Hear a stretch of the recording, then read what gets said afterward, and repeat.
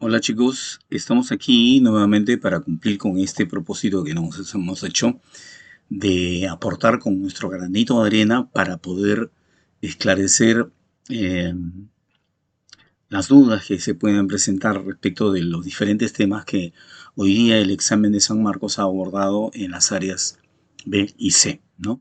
Espero también que haya sido muy auspicioso, muy promisorio el accionar de ustedes dentro del examen y que hayan alcanzado el puntaje que les amerite una vacante, ¿no?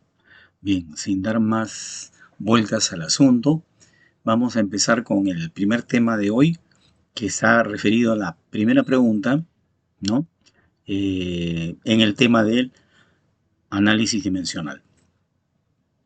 Bien, lo primero que tenemos que decir es que en la pregunta se hace referencia a una figura, dice, la figura muestra un rayo de luz atravesando una columna de agua con colorante. Su intensidad luminosa, potencia por unidad de área, disminuye de acuerdo con la expresión. ¿Cuál expresión? Esta expresión que está acá. Bueno, como no está muy visible, nosotros le hemos sacado aquí a un costadito para poder desmenuzarla, ¿no? Y señalar cuáles son las partes que tiene. Y entonces en ese propósito es que vamos a darle inicio justamente a esta presentación con ese problemita, ¿no? Lo primero que tendríamos que hacer, aparte de revisar el principio de homogeneidad dimensional, que establece que las fórmulas dimensionales en cada uno de los términos que están en esta ecuación o en cualquier otra ecuación matemática deben tener las mismas fórmulas dimensionales, ¿no? Y eso es justamente lo que se está cumpliendo acá. Por ejemplo, empezando por la I de intensidad, ¿no? Dice su intensidad luminosa, potencia por unidad de área.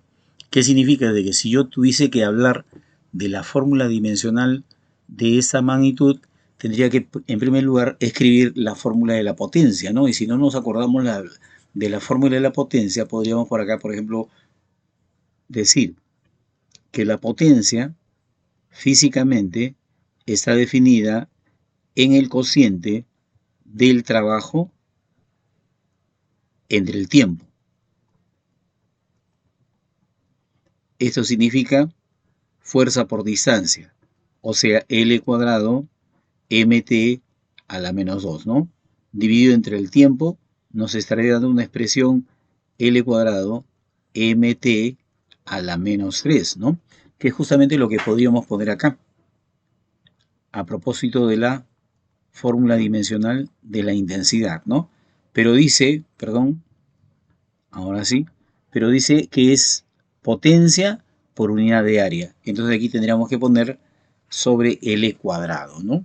Ya, y esa sería la fórmula dimensional que encontraríamos no solamente en el primer miembro, sino también en el segundo miembro, ¿no? Ahora la pregunta es, ¿y qué pasa con la otra parte que está al costadito? A ver, vamos a señalarla, nos referimos a esta porción que está acá, ¿no? Bueno, esa porción es una porción numérica, ¿ya? Entonces lo primero que vamos a hacer es anotar que ahí, por ejemplo, tenemos una E, que es un coeficiente, no sé si aquí lo están dando, pero es un valor conocido, la base de los números, la base de los logaritmos neperianos, vale decir, no es otra cosa que un número, ¿no? Y como ya hemos comentado, o como debemos saber, ¿no? Los números no tienen fórmula dimensional. ¿Por qué? Porque no tienes, están independientes, están desligados de las magnitudes fundamentales, ¿no? Si yo tuviese que construir una fórmula dimensional para el número, esta definitivamente tendría que tener a la longitud elevada a la potencia cero, a la masa elevada a la potencia cero. ¿Por qué? Porque están desligadas de esas magnitudes. Por ejemplo, un número no tiene longitud, no tiene largo, ancho, altura, tampoco tiene masa, ¿no? Tampoco existe en el tiempo, ¿no? Y así todas las magnitudes, hasta la séptima, nos estarían dando una expresión dimensional que es justamente igual a la unidad, ¿no? Y ese es el caso justamente de esto que aparece aquí. De hecho, esto que está en la parte superior no es otra cosa que un exponente y obviamente un exponente numérico, siempre los exponentes son numéricos, deberán presentar una fórmula dimensional igual a la unidad, ¿no? Como lo decíamos en la primera parte, ¿no? Bien, entonces de ahí justamente partirá la solución del problema, porque lo que nos están pidiendo es la fórmula dimensional de alfa, ¿no? Sí, alfa, coeficiente de absorción, o sea, determinemos la fórmula dimensional de alfa. Para eso tenemos que saber cuál es la fórmula dimensional de C. Ya, C es concentración, ¿no? Entonces vamos a poner por acá. Primero vamos a borrar esta partecita que no es parte de la solución del problema, ¿ya? Vamos a necesitar también ese espacio. Y entonces primero vamos a decir, vamos a empezar a graficar cuáles son las fórmulas dimensionales que están involucradas en este caso, ¿no? Por ejemplo, empezamos con alfa, ¿no? Alfa obviamente no tiene fórmula dimensional conocida, por lo tanto no la vamos a anotar. Lo que sí tenemos que anotar es la fórmula dimensional de la concentración. Y entonces si alguien me pregunta qué cosa es la concentración justamente está graficada aquí en el dato del problema como el cociente de qué? El cociente de una masa expresada en gramos dividida entre una cantidad de volumen. O sea, mientras los gramos se representan con la letra M de masa, el litro, que es unidad de volumen, tendría que ser, ¿no?, longitud al cubo. Y es así como va a resultar justamente su fórmula dimensional, ¿no? Entonces, volviendo a repetir, ¿ya? Lo que nosotros necesitamos determinar es la fórmula dimensional de alfa, ¿no? Ahí está la incógnita. Pero la fórmula dimensional de C ya la tenemos, ¿no? Y a continuación nos faltaría la fórmula dimensional de D. ¿D qué cosa es? Una longitud. Entonces al costadito tenemos, creo que, espacio para escribir que D es simplemente una longitud. Por lo tanto, entonces simplemente se representa con la letra L, ¿no? Y entonces esto lo vamos a reemplazar ¿en dónde? En la siguiente expresión. Acá nosotros estamos viendo que alfa multiplicado por C y multiplicado por D representan un exponente. Claro, el signo también lo podríamos incluir, ¿no? Pero no es necesario. Ya, si esto es un exponente, entonces estamos hablando de un número, ¿no? Y como ya hemos comentado, la fórmula dimensional que tiene un número es la unidad, ¿no es cierto? Entonces tendríamos acá la fórmula dimensional de alfa va en primer lugar. Entonces ponemos en primer lugar la fórmula dimensional de alfa. Al costadito tendríamos que poner la fórmula dimensional de C. Al costadito tendríamos que poner, multiplicando también, la fórmula dimensional de D, ¿no? Y al final esto me tiene que salir igual a la unidad, ¿no? Entonces vamos a reemplazar, ¿ya? Entonces tendríamos que poner acá la fórmula dimensional de alfa. ¿Cuál es? No la sabemos, por eso que también la dejamos indicado. La fórmula dimensional de C, aquí está, ¿no? Es L a la menos 3 por M. L a la menos 3 multiplicado por M, ¿no? Y la fórmula dimensional de D, de la magnitud D, es simplemente L, ¿no? Y esto tiene que darme la unidad. Entonces, finalmente, ¿qué tendríamos? Tendríamos, a ver, la fórmula dimensional de alfa igual. Aquí, al multiplicarse L a la menos 3 por L, me daría L a la menos 2. Pero cuando eso lo pasamos al otro lado, queda el exponente con el signo cambiado, más 2, ¿no? Y al costadito tendríamos que poner a la masa, pero no con el exponente 1, porque esto primero va a pasar a dividir y de abajo del denominador subirá al numerador cambiando de signo su exponente, ¿no? Quedándonos entonces así, ¿no?, el primer resultado, es decir, la primera respuesta dentro de este examen, ¿no? Entonces, ¿cuál sería la clave que habría que marcar? Ajá, la alternativa señalada con la letra C. Muy bien. ¿Qué les pareció? ¿Hay algunas dudas?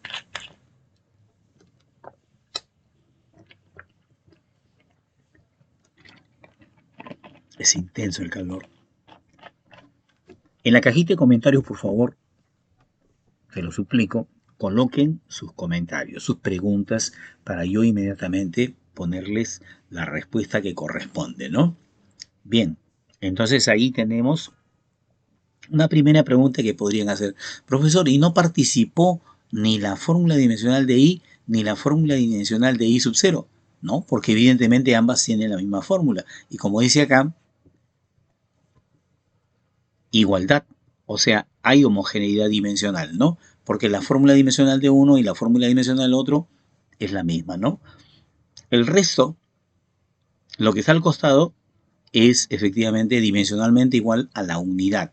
O sea, esto se reemplaza por uno y esto también, ¿no? Quedándonos así justamente la respuesta del problema. Bien, pasamos entonces a la siguiente pregunta, que en este caso dice, se refiere al índice de refracción. ¿Qué es eso? Bien, lo primero que vamos a hacer es aclarar esta figurita que me parece que no está muy nítida. ¿Qué cosa tenemos acá? Bueno, debajo de esa línea tenemos un cristal, ¿sí? El cristal tiene esta forma como de media luna, ¿no? Lo vamos a graficar así. Wow. El programa no me permite hacer algunas cositas, ¿no? Digamos que debajo de la línea horizontal está el cristal, ¿no?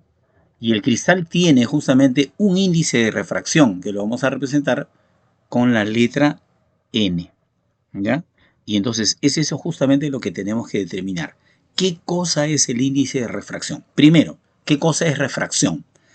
La refracción no es otra cosa que el experimento que sufre la luz, o perdón, el fenómeno que experimenta la luz cuando pasa de un medio a otro medio. Suponemos que el medio, o sea, la sustancia que está en la parte superior, es el vacío, ¿ya? Y debajo de esa sustancia, o sea, en la interfase de la línea horizontal, está el vidrio, ¿no es cierto? Dice, durante una excursión un estudiante descubre un cristal. Ahí está. Hay un cristal que está debajo, ¿no? Entonces, ¿qué pasa? Pasa que la luz cuando va desde un medio hacia otro, cuando pasa, por ejemplo, del aire al vidrio, el rayo se quiebra. Y la pregunta que seguramente harán muchos, ¿no? ¿Y por qué se tiene que quebrar? Porque la luz va a encontrar más dificultades a la hora de desplazarse dentro del vidrio que a la hora de desplazarse a través del vacío, ¿no? Y una prueba de ello es de que la velocidad con que viaja la luz a través del vacío tiene un valor que es aquí, es 3 por 10 a la octava, ¿no? Aquí lo podemos anotar también, pero mejor con negro para que se pueda distinguir. Esta velocidad es 3 por 10 a la octava metros por cada segundo, ¿no es cierto? Mientras la otra velocidad, aquí la están indicando también, mejor la vamos a poner con azul para que no se mezcle, y la otra velocidad tiene un valor de 1,31 por 10 a la potencia 8. Entonces, esta diferencia de velocidades es justamente lo que produce el quebrantamiento del rayo. Como ustedes están viendo, una parte se refleja y otra parte se refracta. O sea, una parte se sumerge dentro del cristal y la otra rebota. ¿Qué tenemos que determinar?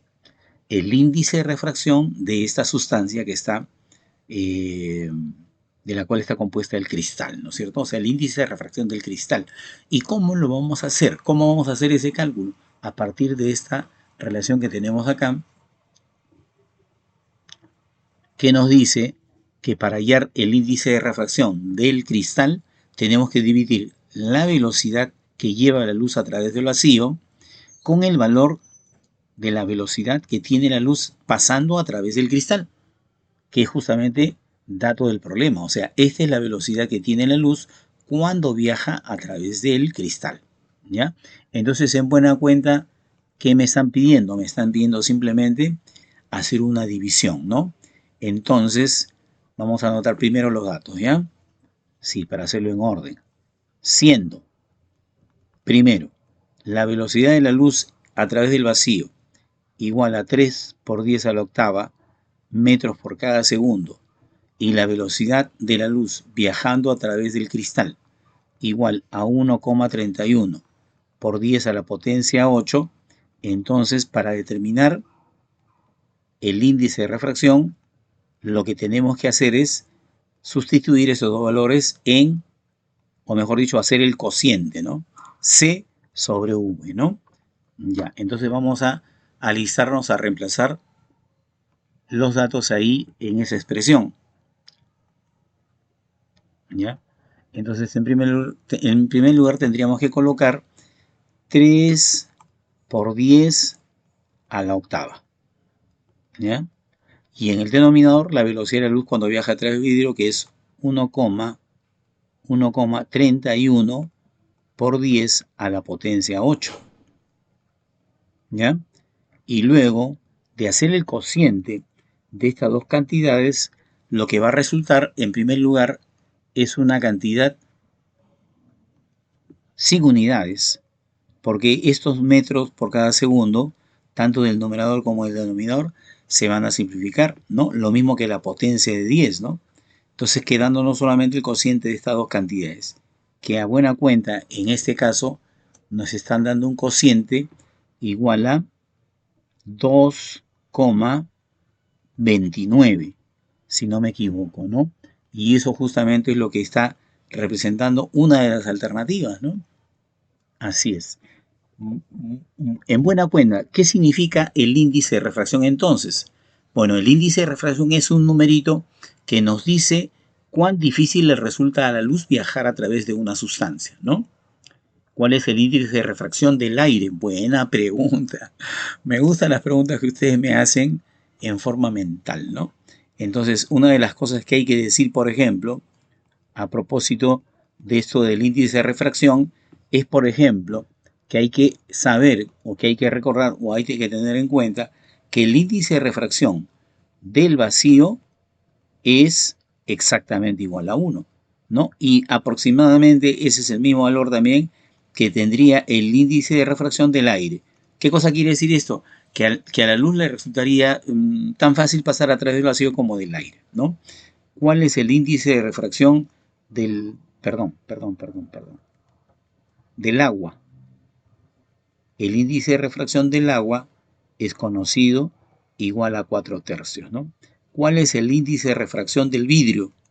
El índice de refracción del vidrio, no, hay diferentes tipos de vidrio. Por ejemplo, acá se habla de un cristal, pero el material del cual constituyen a diferentes vidrios o cristales son distintos, ¿no? Por ejemplo, también se puede decir que es 3 medios y así hay un valor para cada tipo de sustancia, ¿no?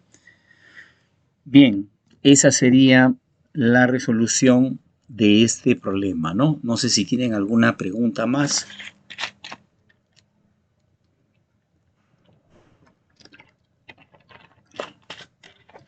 Bien, algo que hay que decir aquí, que cuando la luz pasa de un medio a otro, efectivamente cambia su velocidad, ¿no? Pero lo que no va a cambiar es la frecuencia, ¿no? Por ejemplo, si nosotros hacemos incidir un rayo de luz amarilla, acá seguirá siendo de color amarillo, ¿no? O sea, vale decir, sin modificar su frecuencia. Pasamos a la siguiente pregunta. Aquí nosotros tenemos una situación un tanto particular. Espero que la explicación les sea satisfactoria, ¿no? Porque me parece que el dibujito está preparado como para dar una buena explicación, pero vamos a ver si se puede comprender, ¿bien? Habla de la dilatación térmica, o sea, de la expansión térmica. Vale decir, los cuerpos, a la hora que reciben calor, tienden a expandirse, ¿no? Imagínense, es natural, ¿no? Imagínense que estamos en un edificio y que de pronto nos empiezan a avisar de que el edificio se está incendiando. ¿Qué cosa haremos? ¿Nos juntaremos, nos abrazaremos, nos reuniremos en algún punto del edificio? No, vamos a escapar, ¿no es cierto? Entonces eso es lo que estaría ocurriendo aquí también con las moléculas cuando llega el calor. Tienden a separarse. produciéndose así entonces la expansión térmica, ¿no? Entonces vamos anotando lo que tenemos aquí en el problema, ¿ya?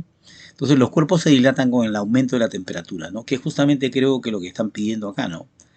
Ya, aunque esto que está acá, si no me equivoco, es la temperatura inicial, ¿ya? Y lo que nos están pidiendo, lo que nos estarían pidiendo sería la temperatura final, ¿no? A ver, vamos a leer el enunciado, ¿ya? Dice, el espacio de separación entre los rieles de acero de una línea ferroviaria es de 2 centímetros. Ahí está. Cada riel tiene una longitud de 20 metros, ¿no? Entonces vamos a anotar acá.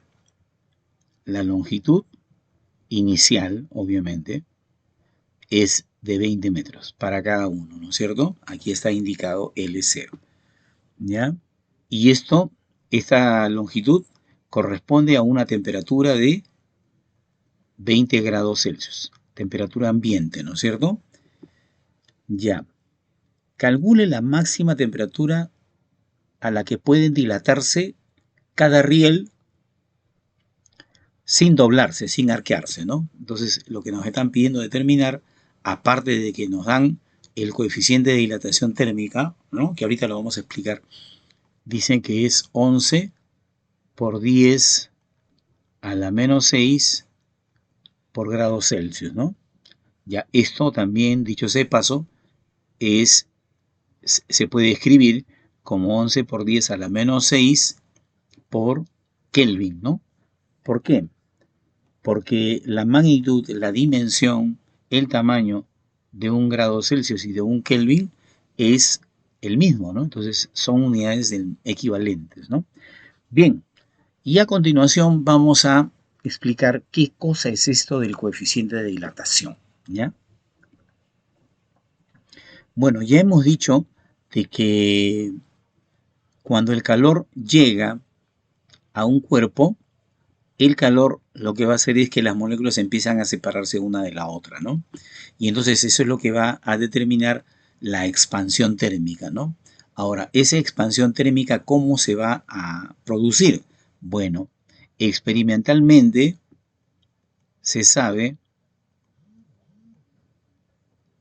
que el incremento de longitud que experimenta un material, un fierro, es en proporción al valor de su longitud inicial. Esa es una. Dos, ese incremento de longitud también es proporcional a la variación de la temperatura, ¿ya?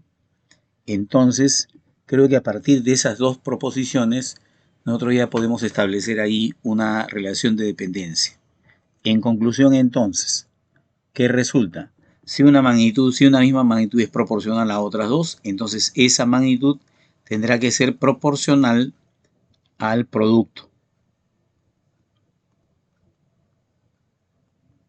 ¿Y esto qué significa? Esto significa que si dividimos estas dos magnitudes, o sea, si dividimos el incremento de longitud entre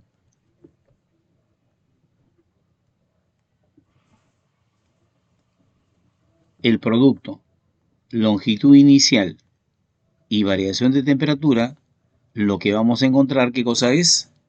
Una constante, ¿no? ¿Por qué vamos a encontrar una constante? Porque estamos hablando de una dependencia proporcional, o sea, son directamente proporcionales, ¿no? Por ejemplo, aquí, la variación de longitud es directamente proporcional con el producto longitud inicial y variación de temperatura. Y justamente, esa constante recibe el nombre de coeficiente de dilatación lineal. Coeficiente de dilatación lineal, ¿ya? Por acá lo vamos a anotar. Alfa es el coeficiente de dilatación lineal. Y ojo, cuando nosotros tengamos los casos en que ya no se dilata una línea sino una superficie, tendríamos ahí un coeficiente de dilatación superficial que sería exactamente el doble del coeficiente de dilatación lineal, ¿no? Y si tuviésemos una expansión volumétrica, tendríamos otro coeficiente de dilatación que sería exactamente el triple del coeficiente de dilatación lineal, ¿no? Y así sucesivamente. Bien, entonces creo que ya estamos listos para poder determinar la variación de longitud o el incremento de longitud, ¿no? Entonces, ¿a qué sería igual el incremento de longitud? Sería igual al coeficiente de dilatación térmica que multiplica a la longitud inicial y a la variación de temperatura, ¿no? En buena cuenta, lo que habríamos hecho nada más es este producto, pasarlo acá al otro lado a multiplicar, ¿no? Y nos ha quedado justamente la expresión así de esta manera, ¿no? Y aquí es donde vamos a aprovechar para poder hacer el reemplazo respectivo de las cantidades que se conocen, ¿no? Y derivar de ahí la respuesta del problema, ¿no? Bien, pero lo primero que tenemos que hacer es darnos cuenta de que lo que están pidiendo en el problema es la temperatura final. Diremos entonces que la temperatura final va a ser igual a la temperatura inicial más el incremento de temperatura. Profesor, ¿por qué tiene usted que hablar de incremento de temperatura? ¿Dónde dice que la temperatura se está incrementando? Bueno, se supone que en el enunciado debe estar, ¿no? Dice, en estas condiciones, calcule la temperatura máxima en que puede dilatarse cada riel sin antes doblarse. O sea, la temperatura máxima hace mención, ¿no?, a la idea de aumentar la temperatura. ¿Hasta cuánto podemos aumentar la temperatura? Esa es justamente la idea que se tiene aquí, ¿no? ¿Hasta cuánto? ¿Hasta qué valor? ¿Ya? O sea, ¿cuánto le tenemos que incrementar, ¿no? En cuánto tenemos que incrementar a la temperatura, ¿no? Porque ya sabemos que la temperatura inicial tiene un valor, ¿no?, que es 20, ¿no?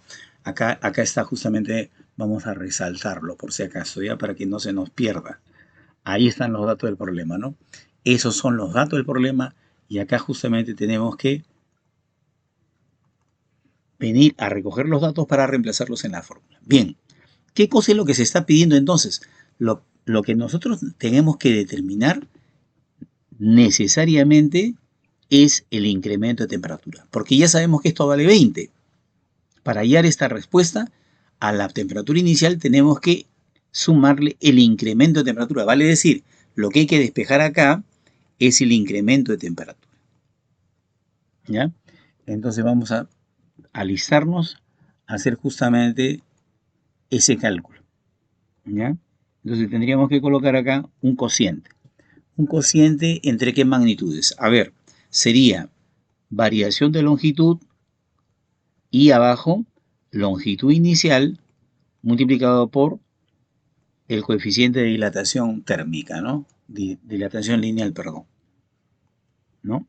Y ahí tenemos que hacer las operaciones. Pero antes tenemos que detenernos un poquito en un pequeño detalle, ¿ya? Aquí justamente nos hemos olvidado de ponerle un detalle aquí a la figurita que lo vamos a agregar. No, ¿ve? Mira, ¿ve? Primero que queremos hacerlo con rojo, ¿eh? A ver, ya, digamos ahí. Y ahora lo voy a mover a donde quiero que esté. Ya. Y le vamos a poner acá una flechita. Una flechita, a ver, a mano nomás sería, ¿no? Una flechita a mano. ¿Qué dice esa? No, mejor vamos a ponerle con un vector, como si fuera un vector, ¿no? Ya, lo primero que vamos a decir es que cuando el riel se calienta, se expande no solamente hacia el lado izquierdo, sino también se expande hacia el lado derecho, ¿no? ¿Qué cosa quiere decir eso? Eso quiere decir que justamente habrá una doble expansión, ya, pero lo que se expanda acá va a ser igual a lo que se expanda acá, ¿no es cierto? Pero ambos, ¿cuánto tienen que estar sumando? Ambos tienen que estar sumando justamente 2 centímetros, porque el espacio que está libre es de 2 centímetros, ¿no? Entonces lo primero que vamos a decir, ya, en virtud de ese detalle, es que este delta L, a ver, lo vamos a anotar acá, el delta L lo tenemos que considerar como un dato más, y ese delta L tendría que ser de 2 centímetros, ¿ya? ¿Por qué? Un centímetro para acá, un centímetro allá. ¿Por qué? Porque la otra barra también se va un centímetro para acá y un centímetro para allá, ¿no? Y así podrá juntarse los dos extremos, ¿no? Por si acaso, este 2 centímetros se escribe como 2 por 10 a la menos 2 expresado en metros. Y ya lo podemos reemplazar, ¿no? Entonces, el delta L sería 2 multiplicado por 10 a la potencia menos 2, ¿no? Y en el denominador, la longitud inicial, que es 20 ya está en metros, esto también está en metros, ¿no? Y el coeficiente de dilatación lineal que es 11 por 10 a la menos 6, ¿no es cierto? Ya. Y entonces habría que hacer las operaciones ahí, que felizmente ya las hemos realizado previamente, ¿no? ¿Dónde está? Ay, ay, ay, sí, acá está. Eso nos está saliendo, si no me equivoco, 90, ¿ya? Eso nos está saliendo 90. Bueno, exactamente 90,9 creo que es. Sí, me parece que es 90,9. A ver, lo hacemos de nuevo, ¿ya? Porque no me gusta trastabillar. Ya, entonces sería ese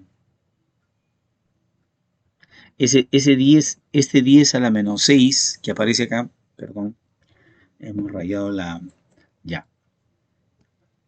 Ese 10 a la menos 6 va a subir como 10 a la sexta, ¿no? 10 a la sexta por 10 a la menos 2 me daría 10 a la cuarta. Entonces sería 10 a la cuarta entre 10 sería 10 al cubo, o sea, sería 1000 dividido entre 11. ¿Ya? 1000 dividido entre 11. Ya, exactamente, 90,9 sería la cantidad de grados Celsius que estaría incrementándose, ¿no? Entonces, ya llegando a la parte final de la resolución de ese problema, entonces tendríamos que decir, finalmente, una vez que hemos calculado el delta de temperatura, tendríamos que decir que la temperatura final será entonces el valor inicial más ese delta que acabamos de calcular, ¿no? ¿Cuál es el valor inicial que tenía el material? O sea, los rieles estaban a la temperatura ambiente de 20 grados, ¿no? Y le tenemos que aumentar 90,9, ¿no? Y entonces ya después de hacer esa suma, esa complicada suma, estaríamos dando la respuesta del problema, ¿no? ¿Cuál sería esa respuesta del problema? A ver, más 20 estaría dando 110,9, lo cual lo vamos a aproximar, a redondear, mejor dicho, a 111 grados Celsius, ¿no? Esto nos estaría dando justamente, estaría representando la respuesta del problema, que en este caso estaría, ¿no?, representada por la clave A, ¿no es cierto? Así es. Entonces, eso es justamente lo que nosotros teníamos que hacer en este problema, ¿no? Como ya les he comentado, yo tengo un libro, soy autor de un libro, justamente aquí en la pantalla vamos a indicarlo para que ustedes puedan adquirirlo. Es un libro exclusivamente diseñado para postulantes a San Marcos, Villarreal, La Agraria, Callao, ¿no? No, de repente no para la UNI, aunque yo pienso que con ese libro pueden ingresar a cualquier universidad, inclusive a la UNI, ¿no? Y estamos haciendo una oferta muy especial. Estamos dejándolo nada más que por esta semana al precio de 25 soles, ¿ya? Para los que quieran adquirir el libro, me escriben al WhatsApp que estamos colocando justamente aquí en la pantalla, ¿ya? Y puedan hacer la compra aprovechando esta oferta, ¿ya? Bien, entonces vamos a tomar un sorbito de agua.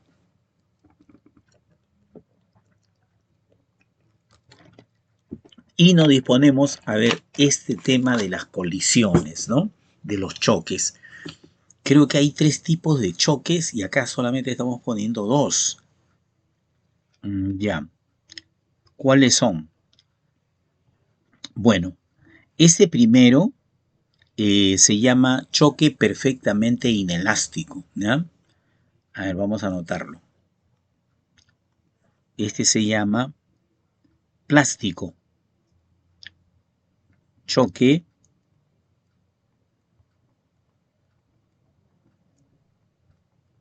perfectamente inelástico. Aunque en algunos textos aparece también como plástico. ¿Cuál es su característica principal? Es que después del choque, después de que chocan, ambos se quedan pegados, ¿ya? Aquí vamos a ponerle una línea de movimiento, algo así, ¿ya? O sea, se juntan en el centro y una vez que se ha producido la colisión, van juntitos, ¿no? Entonces, la pregunta es, ¿qué se está cumpliendo acá? ¿Qué se debe cumplir acá? Dos principios fundamentales. La conservación de la cantidad de movimiento y la conservación de la energía mecánica, ¿no? Específicamente de la energía cinética, ¿no? Siempre que los choques sean centrales, ¿no? Y no haya fricción. Ya, este otro es el choque elástico, ¿ya? El choque elástico. Vamos a ponerle acá.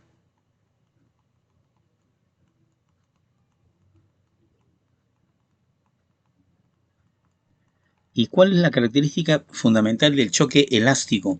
Es que la energía cinética se conserva, ¿ya? Aquí no se conserva la energía cinética. ¿Sabe por qué?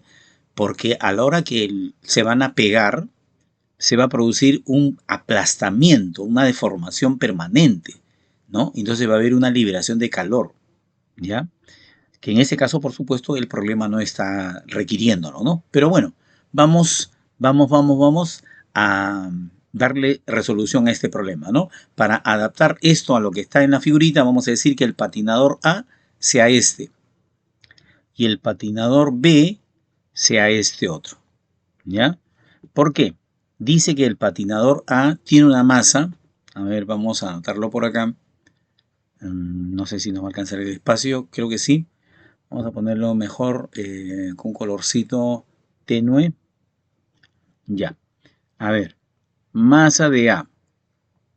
Lo que vendría a ser del patinador A. 65. ¿Ya? ¿Y cuál es su velocidad? La velocidad de A, antes del choque obviamente, dice que es igual a 10. 10i, ¿no? Y es el vector unitario que va en la dirección positiva, ¿no es cierto? Ya. ¿Qué más dice? Que la masa de B es igual a 60, ¿no? 60 kilogramos. Y su velocidad ahora sería de dirección contraria, ¿no? O sea, estaría dirigida hacia la izquierda y su magnitud es 8, ¿no? En metros por cada segundo también, ¿no? Bien, ¿qué se va a cumplir? Muy buena pregunta, ¿no? Entonces vamos a poner acá de color negro lo primero que se va a cumplir. Se cumplirá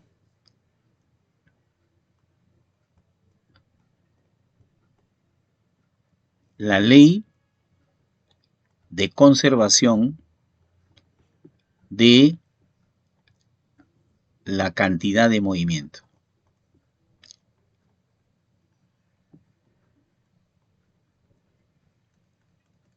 ¿Qué cosa dice esa ley de conservación de la cantidad de movimiento? A ver, vamos a ponerla con rojo. Dice que la suma de las cantidades de movimiento antes del choque necesariamente tiene que ser exactamente igual a la suma de las cantidades de movimiento después del choque, ¿ya? Entonces vamos a alistarnos a hacer justamente este cálculo, ¿ya? Entonces primero ponemos la cantidad de movimiento de A. A ver, creo que ahí nos estamos amontonando, ¿no es cierto? Ya, ¿cómo lo hacemos? A ver, vamos a ponerlo acá. Debajo nada más. La cantidad de movimiento de A. ¿Cuál sería la cantidad de movimiento de A? Perdón. ¿Cuál es la cantidad de movimiento de A antes del choque? Sería el producto de su masa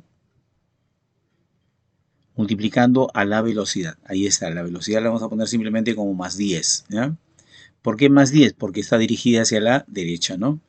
Ya, esa es la cantidad de movimiento de A, ¿no? Ojo, la cantidad de movimiento se determina multiplicando la masa por la velocidad. Y es un vector La cantidad de movimiento es un vector paralelo o de la misma dirección que el vector velocidad, ¿no? Ya hemos anotado la cantidad de movimiento de A. Ahora la cantidad de movimiento de B.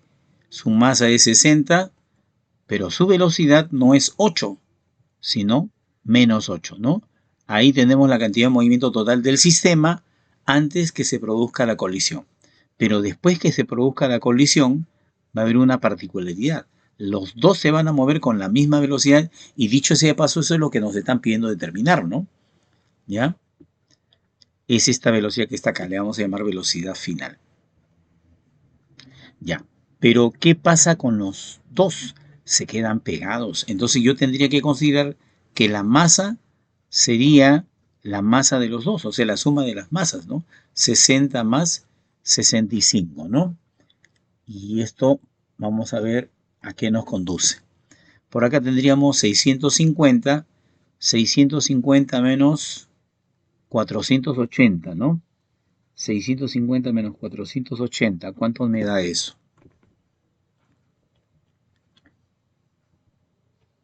650 menos 480, ¿no? 170. Sí, preferimos asegurarnos con la calculadora para no estar cometiendo patinadas, ¿no? 170. Ya, y al otro lado, ¿cuánto nos queda? Ojo que nos está quedando una cantidad positiva, porque este es mayor que esta. Ya, al otro lado me está quedando 125, ¿no? Que multiplica a la velocidad final, ¿no? Y ahí prácticamente ya estamos, como se dice, a punto de dar la respuesta, ¿no? Entonces, ¿cuál sería la velocidad con la que se estarían moviendo los dos patinadores pegados juntos? Se estarían moviendo con una rapidez de 1,76, ¿no? Haciendo la división acá, pues, ¿no? 170 entre 125. Y esa sería la respuesta que nos estaban pidiendo, ¿no es cierto? 176, 176, suponemos que la alternativa A, ¿no es cierto? A ver, de repente ahí nos hemos equivocado. A ver, vamos a hacerlo de nuevo, ¿eh? 650 menos, no, un ratito, 650 menos masa por velocidad, ¿no? Menos 6 por 8, 48. 480, ya, 170, ya. Y la suma de las masas es 125. Entonces, este 170 hay que dividirlo entre 125. Y eso me está dando 136. Disculpen, 136.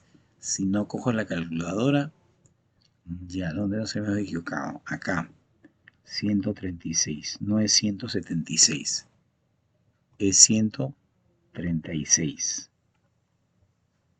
¿Ya? Entonces, ahora sí, finiquitado el problema, ¿no? Entonces, la alternativa es 100, no, tampoco, es esta de acá. ¿Por qué, profesor? Ya. El signo que ha resultado para esta velocidad, como lo están viendo aquí, es positivo. ¿Y qué significa velocidad positiva? Velocidad positiva significa que se está moviendo hacia la derecha como lo estamos viendo acá, ¿no? Acá la velocidad está hacia la derecha, ¿no? Y entonces, ¿eso por qué? Porque es mayor la cantidad de movimiento de uno que la cantidad de movimiento del otro. Entonces, esta cantidad de movimiento aventaja a esta otra, quedando siempre una cantidad de movimiento hacia la derecha, ¿no? O sea, un vector cantidad de movimiento dirigido hacia la derecha. Es por esa razón que está resultando así la respuesta, ¿no? Esa respuesta. Bien, felizmente, ¿no? Felizmente, estuvimos a punto de patinar. Siempre pasan estas cosas, ¿ya? Bien, un sorbito de agua, ¿sí? Un sorbito de agua. Y vamos a ver lo de la capacitancia, ¿no? Este es un tema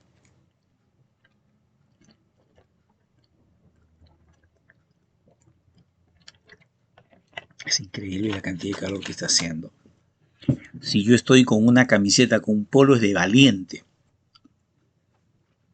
porque quisiera estar con el torso desnudo, ¿no? Pero no se puede hacer esta presentación así, pues, ¿no? Me disculparán. Ya, aquí tenemos muchas cosas que decir, ¿no? Porque creo yo que no tenemos que estar diciendo eso que se escucha siempre, ¿no? Revisen la teoría. mira mis videos. Ya lo hicimos en la clase pasada. No, no, señor. Todo se tiene que decir en el instante. Porque si no es así, entonces estaríamos partiendo de una información inexacta, ¿no? Ya, ok. Primero, ¿qué cosa es la capacidad eléctrica? ¿Ya? Vamos a anotarlo por acá, ¿ya? Vamos a hacer un pequeño recuento así breve nomás de lo que es esto, ¿ya? ¿Qué cosa es la capacidad eléctrica? La capacidad eléctrica es, ya ves,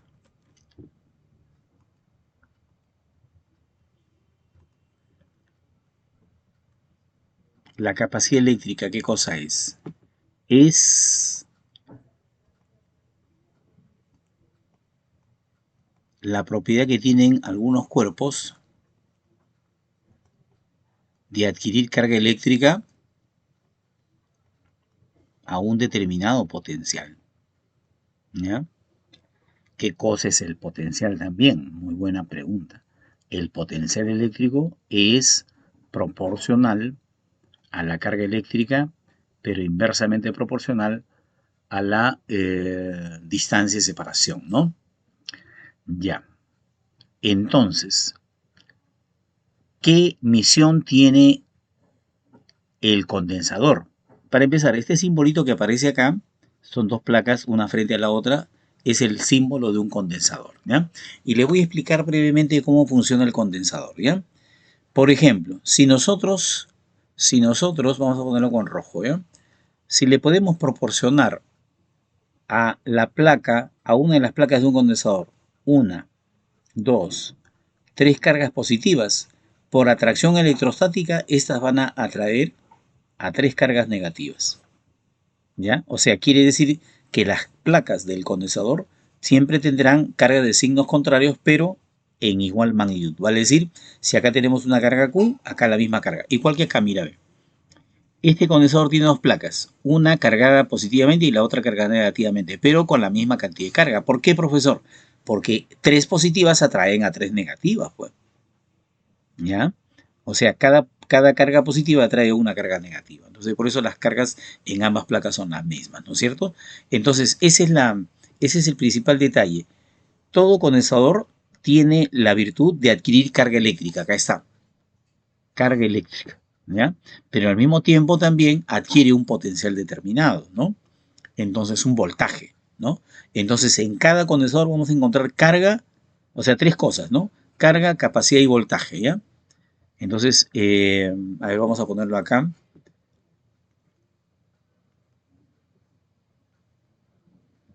A pulso nomás, ¿no? Vamos a tener, siempre que hablemos de condensadores, vamos a tener capacidad, carga y voltaje, ¿no? ¿Qué cosa es la carga? La carga es la capacidad por el multiplicado por el voltaje, ¿no? ¿Y qué cosa es el voltaje? El voltaje también se puede escribir en el cociente de la carga sobre la capacidad, ¿no? O también la capacidad en el cociente de la carga sobre el voltaje, como ya lo habíamos escrito por acá, ¿no? Bien, entonces ya sabemos para qué sirve un condensador, para guardar, para almacenar cargas eléctricas, ¿sí? Entonces aquí hay carga eléctrica, aquí hay carga eléctrica, aquí hay carga eléctrica. Cada condensador está guardando una cantidad de carga eléctrica. Entonces, estos tres condensadores, por ejemplo, aquí están asociados en paralelo, pero aquí están en serie, ¿ya? Si me hablan de la carga total de este sistema, yo tendría que sumar las cargas, ¿no es cierto? Las cargas se van a sumar, ¿no es cierto? Ya, lo mismo que acá. Aunque no, aquí las cargas no se pueden sumar. ¿Por qué? Porque están en serie. Porque esta carga es la misma que esta. Y esta es la misma que esta. ¿Ah? Entonces no puedo sumar Q más Q más Q. ¿Por qué? Porque al final me voy a quedar con una carga Q simple, como esta cabe. ¿Ya? Vamos a poner una flechita, ¿ya? Que nos ayude a comprender esto. Estos tres condensadores se van a juntar en un nuevo condensador, pero las cargas no se han sumado. ¿Ah? Ya, y acá, ¿sabes qué cosas no se suman? Y no está aquí en el gráfico, es el voltaje. Por ejemplo, si este condensador tiene un voltaje y este otro tiene el mismo voltaje y ese también, a la hora que se juntan, surgirán con el mismo voltaje. O sea, los voltajes no se van a sumar, ¿ya? No se van a sumar, ¿ya? Esa es una característica de la asociación en paralelo. Por ejemplo, si mi pantalla de TV funciona con 220 voltios y mi laptop funciona con 220 voltios, en total, ¿cuánto de voltaje tendría yo en esta habitación, en este cuarto? ¿Cómo? ¿220 más 220, o sea, 440? No. Ni en mi casa, ni en tu casa, ni en la fábrica, ni en el Palacio de Gobierno hay más de 220 voltios. Quiere decir que la pantalla funciona con 220 voltios, con los mismos 220 voltios que funciona la laptop o el foco que está alumbrando, ¿no? O sea, los voltajes no se suman, ¿ya? Ese es el caso justamente de la asociación en paralelo. El voltaje que tenemos acá no se va a sumar con este otro ni con este. ¿Por qué? Porque es el mismo, ¿ya? Es como tres chicas que tienen un mismo novio. O sea, vale decir, salen con la misma persona. No son tres novios, es uno solo, sino que lo están compartiendo, ¿no? O sea, en el paralelo, en la asociación en paralelo, los voltajes se comparten. ¿Y qué se comparte acá? La carga eléctrica. ¿Ya? Entonces aquí podemos anotar también eso, ¿no? El voltaje se mantiene constante. ¿Ya? Y aquí, ¿qué se mantiene constante? ¿Qué no se modifica? La carga eléctrica. Esa es la asociación justamente en paralelo, ¿no? Y en serie, ¿no? La primera, vamos a poner acá con rojito para que lo puedan distinguir. Aquí tenemos la asociación de condensadores disculpen, paralelo.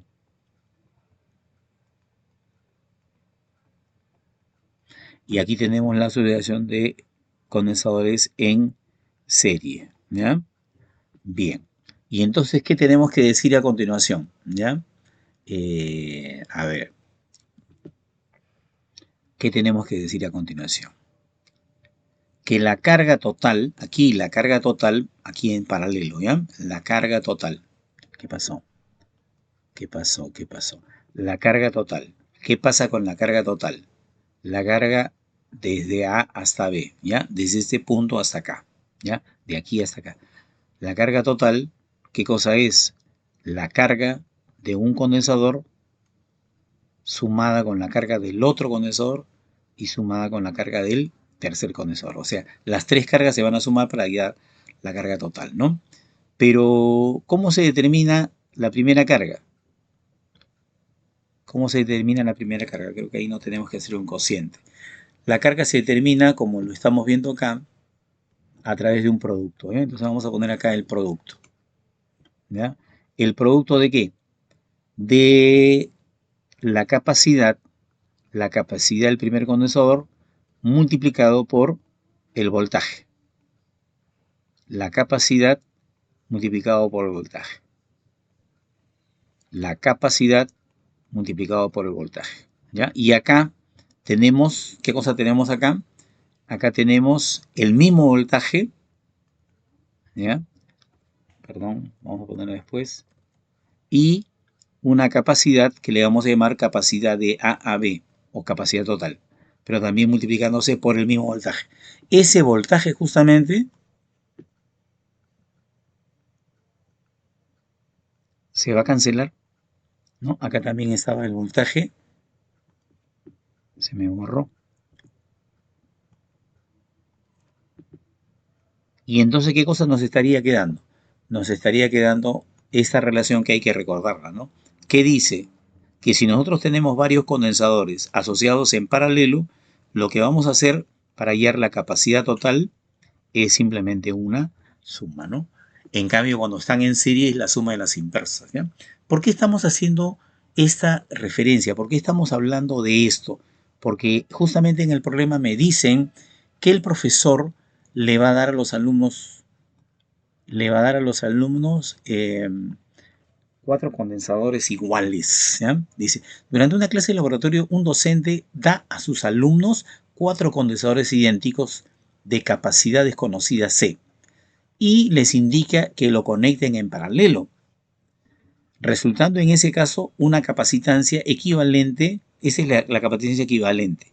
La capacitancia equivalente o total viene a ser la suma de las capacidades, ¿no? Entonces, ¿qué cosa está resultando por lo que dice el enunciado del problema? Dice que la capacitancia total está resultando igual, perdón. Nos hemos olvidado de cambiar acá. Ajá. 8 es la capacitancia total, ¿ya?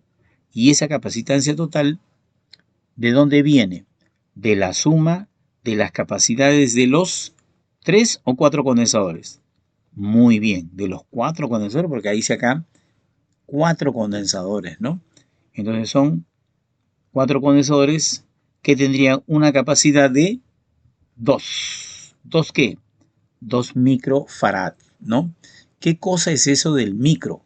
Ya, el micro no es otra cosa que una potencia de 10, ¿ya? Y el farad viene a ser, vamos a anotarlo acá con una línea de puntitos, el farad viene a ser la unidad, ¿ya? Entonces aquí vamos a anotar eso, ¿ya? El farad es la unidad de capacidad eléctrica. Farad, antes se le llamaba faradio, ¿no? Entonces, eso es la unidad. ¿Cuántas unidades tenemos? La capacidad es 2 millonésimas partes de farad. Eso es lo que nos ha resultado.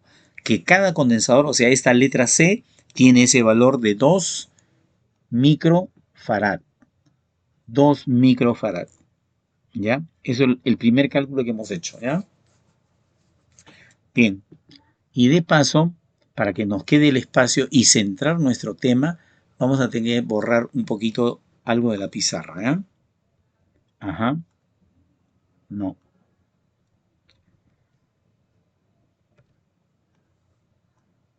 Ya. Estamos trabajando acá nada más. Porque el problema dice, el profesor le da a sus alumnos 4 condensadores idénticos, ¿no? Indicándolos que los conecten en paralelo. Y cuando se conectan en paralelo, se obtiene una capacitancia, dice, total o equivalente de 8. O sea, 8 es la suma de las 4 capacidades. Por lo tanto, cada capacidad es 2. O sea, cada condensador que está aquí tiene una capacidad de 2, ¿no?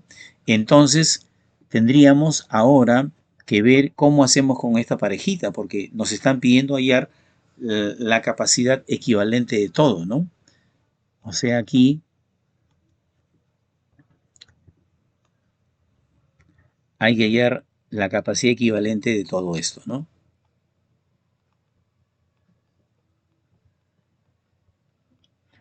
Entonces, ya sabemos cuánto vale C. ¿Cuánto vale C? 2 microfarad, ¿no? Entonces, pregunta, ¿qué tendríamos que hacer acá? Bueno, estos dos condensadores están conectados en serie, ¿no? Y cuando los condensadores se conectan en serie, ¿qué cosa tienen en común? La carga eléctrica, ¿ya? Entonces yo tendría que decir que cuando están en serie, ¿ya?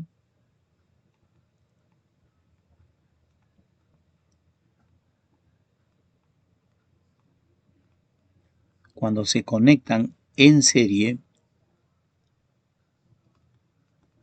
¿qué tenemos? Ya, que el voltaje de uno, el voltaje que soporta uno, más el voltaje que soporte el otro, me estaría dando el voltaje total, ¿ya? Pero el voltaje 1 y el voltaje 2 lo vamos a determinar a través de un cociente, lo mismo que el voltaje total. ¿Cuál sería ese cociente? Carga sobre capacidad. Carga sobre capacidad. Carga sobre capacidad. Carga sobre capacidad equivalente, ¿ya? Cuando están conectados en serie, la carga es la misma, ¿ya? Entonces así resulta de que la inversa de la capacidad 1 más la inversa de la capacidad 2 me estaría dando la inversa de la capacidad equivalente de esta parejita, ¿no? Si esta capacidad vale 2 y esta vale 2, ¿cuánto saldría? Vamos a ver. Sería así, un medio más un medio. ¿Cuánto es un medio más un medio? 2 medios.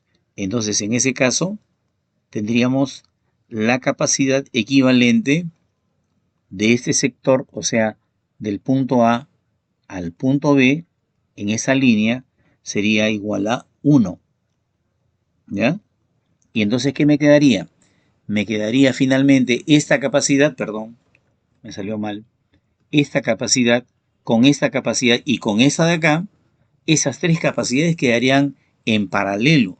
Entonces, finalmente, ya podemos dar la capacidad eléctrica total, que sería la capacidad equivalente, perdón, la capacidad equivalente total sería la capacidad de cada uno, ¿no? O sea, la C de aquí, sumándose con la C de la parte central, más lo que sale acá. Acá sale C medios. Pero como ya sabemos que C vale 2, entonces en buena cuenta estamos hablando de 2 más 2 más 1, ¿no? Llevándonos esto a un resultado final para la capacidad equivalente total igual a 5 microfarads, que sería justamente lo que habría que marcar como respuesta para este problema, ¿no es cierto? La alternativa señalada con la letra C. ¿Qué les pareció ese recorrido que hicimos, no? Ya, recordando, por supuesto, lo que tenemos que recordar, ¿no? Porque recuerden que ya, ayer se dio el primer examen, hoy día se dio otro examen y tenemos el próximo domingo otros exámenes muy importantes. Espero que esto que estamos explicando le sirva también a los jóvenes que van a dar sus evaluaciones en las próximas fechas, ¿no? A quienes, por supuesto, desde acá les estamos deseando buenas vibras, ¿no es cierto?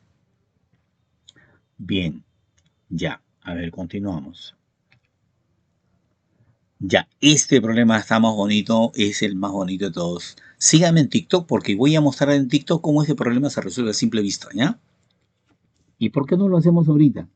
Es que ahora tenemos tiempo para hacer la explicación prolija, abundante, ¿no? Empecemos entonces. Primero, vamos a hablar acerca de la ley de gravitación universal. ¿Qué dice esa ley? Esta ley nos está diciendo que la fuerza de atracción entre dos masas va en relación directa al producto de sus masas y en relación inversa al cuadrado de la distancia de separación, ¿ya? Eso es lo que dice la ley de gravitación universal, ¿ya? Y de esto nos vamos a valer para resolver el problema con esta figura. Dice así, un bloque de masa M igual a 1,6 kilogramos, aquí vamos a ubicar a la masa M, ¿ya? ¿Ya? Y por aquí vamos a anotar su valor, 1,6 kilogramos, ¿ya? Se ubica a una altura H, ¿ya? Ahí está. Medida desde la superficie de la Tierra, o sea, desde acá, desde este punto hasta acá. Hay una distancia H, ¿ya?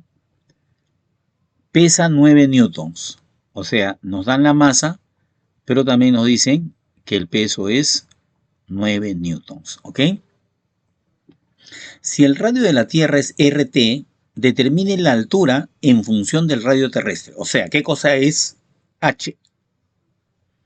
Es la tercera parte del radio de la Tierra, la mitad, el doble, los 3/4, los 4/3, ¿qué cosa es? ¿Ya? Y entonces voy a decir que este es un problema de aritmética, de magnitudes directamente, magnitudes proporcionales. No directamente no, sino inversamente proporcionales. Pero vamos a resolverlo prolijamente haciendo uso de la física, ¿no? Entonces vamos a ubicarnos en dos momentos, ¿ya? A ver, vamos a poner una rayita por acá para que la cosa nos salga en orden, ¿ya? Con negro vamos a hacerlo, ¿ya? ¿Qué cosa vamos a determinar primero? Vamos a determinar el peso sobre la superficie de la Tierra, ¿ya? Ya, entonces vamos a calcular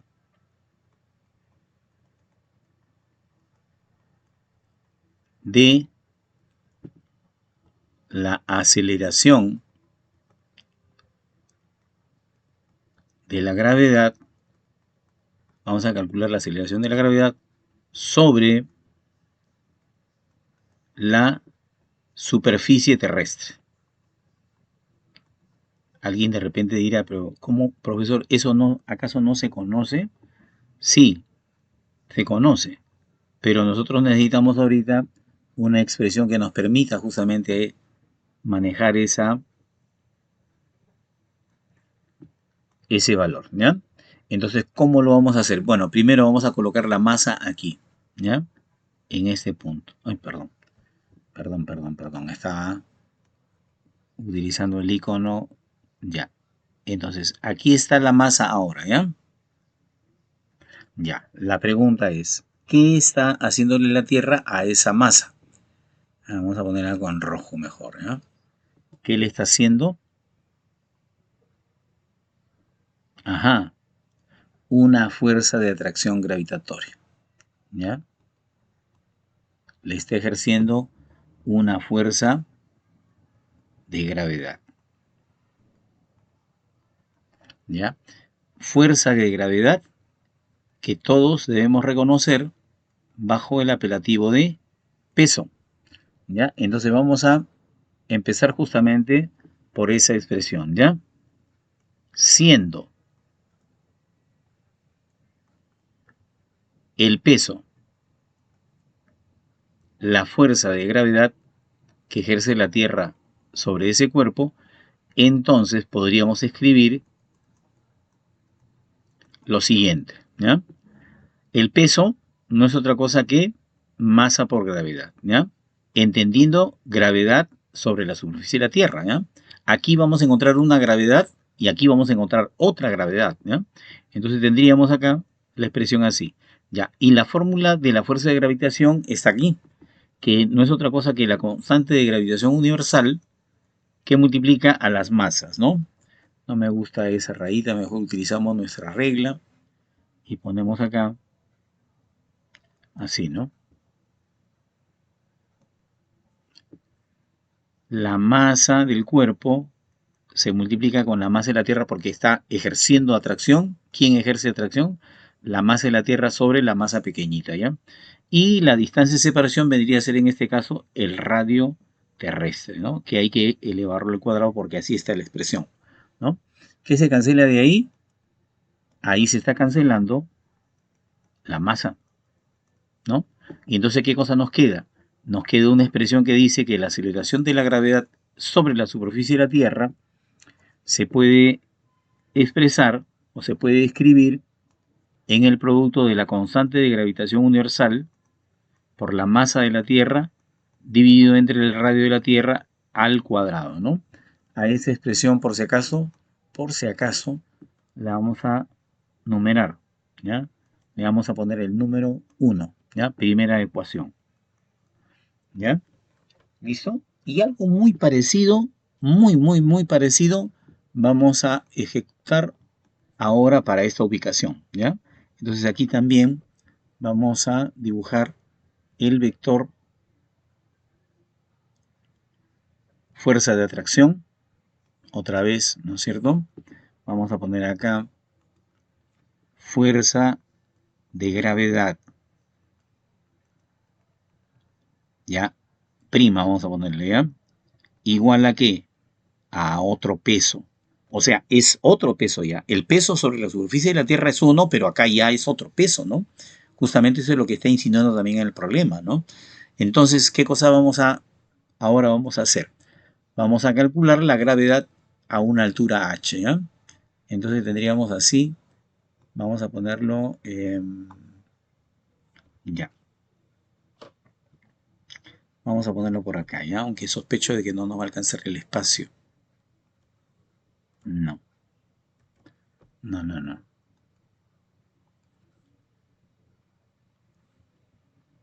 Ya, ahora sí.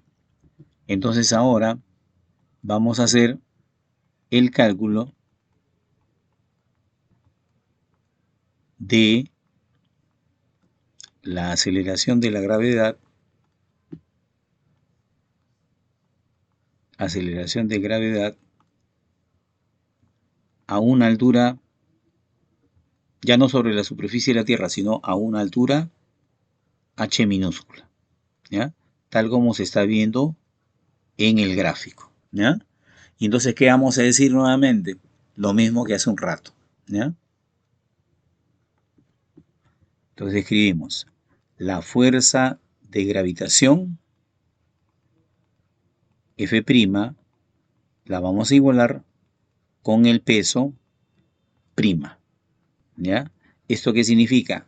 Constante de gravitación universal que multiplica a las masas, masa de la Tierra más por la masa del cuerpo, dividido entre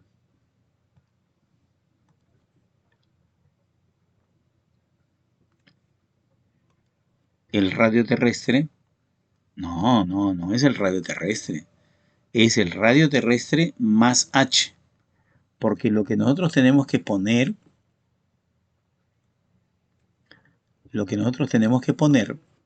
es la distancia entre las dos masas elevada al cuadrado, ¿ya? O sea, desde aquí hasta acá, esa es la distancia, ¿ya? Que como ustedes estarán viendo, r radio de la Tierra más h me daría la distancia entre el centro de la Tierra y el centro de la masa, ¿no? Ya, y al otro lado tendríamos que poner otra vez masa por gravedad. La pregunta, ¿será lo mismo que hicimos en el caso anterior? No es lo mismo. Ahorita vamos a ver que sale otra gravedad, ¿ya? Porque la gravedad a diferentes alturas tiene diferentes valores, ¿no? Entonces vamos a poner acá ya el resultado, ¿ya? Como en el caso anterior, ¿no? Algo parecido. La aceleración de la gravedad, entonces, a una altura h sería así, ¿ya? Primero ponemos la constante de gravitación universal o constante de Cavendish, la masa de la Tierra, y en el denominador estaríamos poniendo al cuadrado el radio de la Tierra más la altura h, ¿no? Y aprovechamos para ponerle un número a esta ecuación y le vamos a llamar ecuación número 2. ¿Ya? Listo. Y ahí tendríamos que hacer un ejercicio del razonamiento matemático o de la aritmética, ¿no? ¿Qué cosa es lo que se mantiene constante entre estas dos ecuaciones y qué cosa es lo que está variando, ¿ya? Entonces vamos a escribir, a ver, ahora ya con negro nada más, ¿ya? Entonces, de 1 y 2, de las ecuaciones 1 y 2, podemos ya sacar una conclusión. ¿Cuál es la conclusión? Que si multiplicamos la gravedad por el radio de la Tierra, la gravedad sobre la superficie de la Tierra multiplicado por el radio terrestre al cuadrado deberá ser igual a la gravedad a esa altura multiplicado por la suma del radio terrestre y la altura todo elevado al cuadrado, ¿no? Entonces acá justamente es donde nosotros vamos a hacer un reemplazo, pero previamente vamos a determinar la gravedad en este punto, ¿ya? Si yo quiero saber la gravedad en ese punto, lo que voy a hacer es dividir, ¿ya? ¿Qué cosa voy a dividir? Voy a dividir el peso entre la masa, ¿no? Sabemos que el peso es masa por gravedad.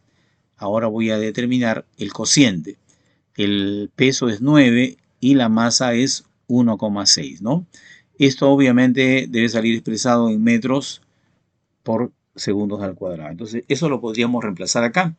También sabemos que la gravedad local es 10, ¿ya? ¿Cuánto vale la aceleración de la gravedad sobre la superficie de la Tierra? Dice acá, considera este dato igual a 10. Entonces vamos a poner acá 10, ¿ya?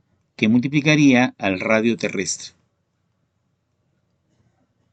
¿ya? Y al otro lado ponemos la gravedad que acabamos de descubrir, 9 dividido entre 1,6, ¿no? Y eso multiplicando a la suma radio terrestre más altura al cuadrado, ¿no? Creo que ya podemos sacar raíz cuadrada todo, sí, porque cuando multiplico 10 por 1,6 me da 16, ¿no? Entonces me estaría quedando 16, ¿no?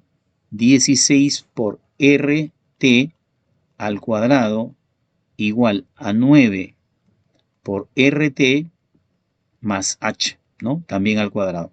Entonces, sacándole la raíz cuadrada a todo, a ver, por si acaso vamos a poner acá que estamos sacando la raíz cuadrada, ¿ya? ¿Ya? Y entonces, cambiando de color, ponemos el resultado. Sería 4 veces el radio terrestre, igual a 3 veces el radio terrestre, más h, ¿ya?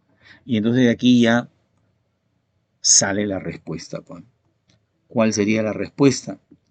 Que la altura, que es lo que están pidiendo, la altura vendría a ser justamente la tercera parte del radio terrestre, ¿ya? Esa sería la solución del problema y la clave alternativa A. Profesor, lo hizo muy rápido en la parte final. Ya, a ver, lo hacemos de nuevo, ¿ya? Lo explicamos con manzanitas. Primero, tenemos que multiplicar aquí. ¿Ya? Entonces queda 3h, ¿eh? Por eso acá el 3, ¿no? El 3 acá. Y baja a dividir, ¿ya? Ya. 3 veces el radio terrestre pasa a restar. Queda un solo radio terrestre. Un radio terrestre. Ya. Con el 3 del DH que pasa a dividir queda un tercio de RT, ¿no? Esa sería la solución del problema. Pero como ya les anuncié, a TikTok voy a subir la forma de resolver este problema a simple vista, ¿ya? ¿En cuánto tiempo? 30 segundos, 35, 40 segundos, ¿no?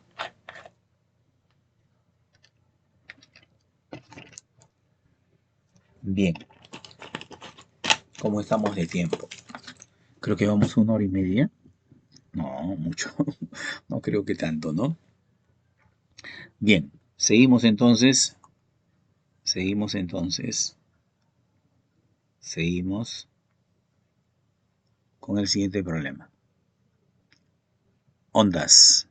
Esto sí está más sencillo, ¿no? Dice, en un día de verano, un estudiante mide la rapidez del sonido de una fuente sonora y registra un valor de 340,8, ¿ya? Entonces, aquí la velocidad, la primera velocidad, vamos a ponerle, resulta siendo 340,8 metros por cada segundo, ¿ya? Y la longitud de onda viene a ser la distancia que hay entre cresta y cresta. Esa longitud de onda en este caso resulta siendo de 2,130 metros, ¿no? Ya. Pero luego dice que usando la misma fuente, o sea,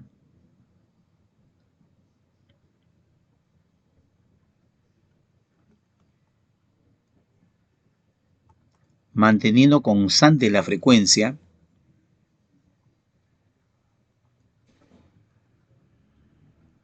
por ejemplo, si el sonido que estamos graficando o estamos viendo corresponde a la nota do o re o mi o fa, cuando esa onda vaya del aire a la piscina, la nota no va a cambiar, no se va a convertir de do a re.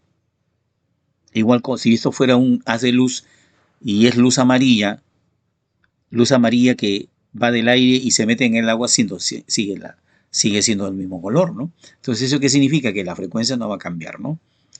¿Qué va a pasar ahora? Ahora vamos a tener otra velocidad. ¿Y qué dice el problema? Que esa otra velocidad ahora es 300. Cuando pasa a otro medio, ¿no? Y obviamente la longitud de onda tendrá que ser distinta, ¿ya? Entonces, la pregunta es, ¿cuánto vale la longitud de onda para ese nuevo caso, ¿no es cierto? Entonces, ¿cómo vamos a hacer esto? Bueno, simplemente vamos a recordar, a ver, como este es un movimiento con velocidad constante, nos vamos a acordar de lo que sabemos acerca del movimiento uniforme, ¿no? Y en este vamos a decir que la distancia se puede determinar multiplicando la velocidad por el tiempo. Ya, eso adaptándolo a este caso sería la longitud de onda es la distancia, deberá ser igual a la velocidad multiplicado por un tiempo que se llama periodo, ¿ya? Ahora, ese periodo lo podríamos cambiar por la inversa de la frecuencia. Y entonces así estaría quedando finalmente una expresión que la vamos a poner de otro color, que dice que si queremos determinar la velocidad, tendríamos que multiplicar la longitud de onda por la frecuencia, ¿ya? Tómalo como una fórmula, ¿no? O sea, si te piden la velocidad con la que se mueve la onda, multiplicas la longitud de onda por la frecuencia, pero como en este caso no me dan la frecuencia, entonces nosotros simplemente vamos a decir así. Siendo la frecuencia la misma, ¿ya? Siendo la frecuencia la misma, constante la frecuencia, ¿qué se tiene que cumplir? Se tiene que cumplir entonces que el cociente velocidad entre longitud de onda tiene que ser el mismo. Ya vamos a poner acá. No. Ya. Entonces tendríamos acá, para el primer caso, velocidad entre longitud de onda. Velocidad entre longitud de onda. Lo mismo que en el segundo caso, velocidad entre longitud de onda, ¿no? Pero como lo que me están pidiendo es la longitud de onda, podríamos hacer el despeje, ¿no? ¿Qué diríamos? Que tenemos que multiplicar la velocidad 2 por la longitud de onda 2 y esto dividirlo entre... no, estoy equivocándome. Acá es velocidad 1, longitud de onda 1.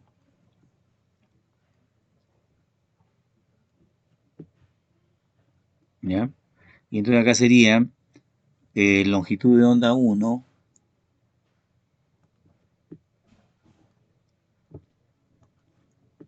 longitud de onda 1 por la velocidad 2. ¿Ya? Y en el denominador va la velocidad 1, ¿no? Entonces, reemplazando los datos,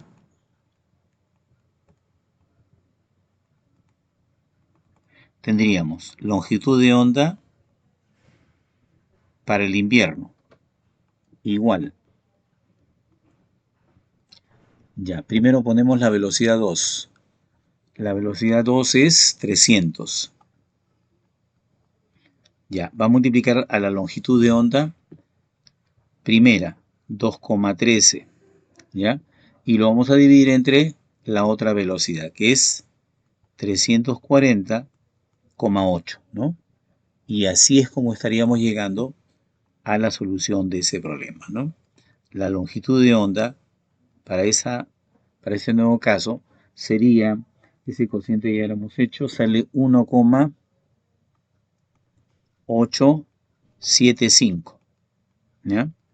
Que sería la respuesta de este problemita, ¿ya? Entonces, lo que aquí se está cumpliendo es que la frecuencia no cambia y por lo tanto la velocidad y la longitud de onda son inversamente proporcionales. ¿Qué significa? Eso significa que si yo multiplico esta velocidad con esta longitud de onda, me tiene que salir lo mismo que a la hora de multiplicar esta velocidad con esta longitud de onda. O sea, este producto tiene que dar lo mismo que esto de acá. ¿Ya? Si quieren hacemos la prueba, ¿no? A ver, ¿cuánto me da al multiplicar 340,8 por 2130, 2,13? Me da 725,9, ¿ya?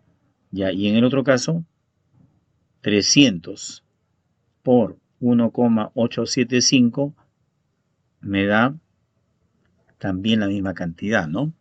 A ver, déjame ver. No, estamos hablando mal, estamos hablando del cociente. El cociente tiene que ser, a ver, disculpen. El cociente 340,8 dividido entre 2,13 me sale 160. Y en el otro caso también tiene, en este caso también tiene, haciendo la división acá, de estos dos números también tiene que salir 160, ¿ya? A ver, vamos a probar. 300 entre 1, perdón, 1,875. También nos da el cociente 160, ¿no? O sea, el cociente, ¿no? Tal como lo habíamos señalado por acá, ¿no? Es el cociente el que tiene que salir lo mismo, ¿no? En ambos casos, ¿no? Acá, dividiendo estos dos valores, debe salir lo mismo que sale acá a la hora de dividirlos, ¿no? ¿Por qué? Porque la frecuencia es constante, ¿ya? La frecuencia no cambia. ¿Listo? Bien, espero que me estén comprendiendo, espero estar siéndoles de gran ayuda y bueno, como ya vieron, hemos llegado al final de esta reunión. Ahora me voy a poner a subir eso a YouTube y bueno, eso también me va a tomar algunos minutos, tal vez unas horas, ¿no? Pero hacemos este trabajo con mucho cariño. Solamente recordarles que durante la semana vamos a hacer el repaso final para los que van a dar el examen el próximo sábado y el próximo domingo y vamos a tocar los temas de la parte final del curso, ¿no? Bien, no más tengo que recordarles que se suscriban a mi canal, le den like a este video y compartan en las redes sociales porque creo que estamos marcando una pauta, una diferencia en el trabajo que se está haciendo con los de mis demás colegas, obviamente siempre apuntando a servirlos a ustedes de mejor manera, ¿no? Y no se olviden de seguirme en TikTok, que estamos mostrando la forma más rápida de cómo resolver los problemas en cuestión de segundos, ¿no? Entonces, no se olviden de suscribirse a mi canal, de enviarme la captura de pantalla al WhatsApp que estamos indicando aquí en la pantalla, en la parte baja, para poderles regalar un libro como el que estamos ofreciendo, ¿ya? Gracias.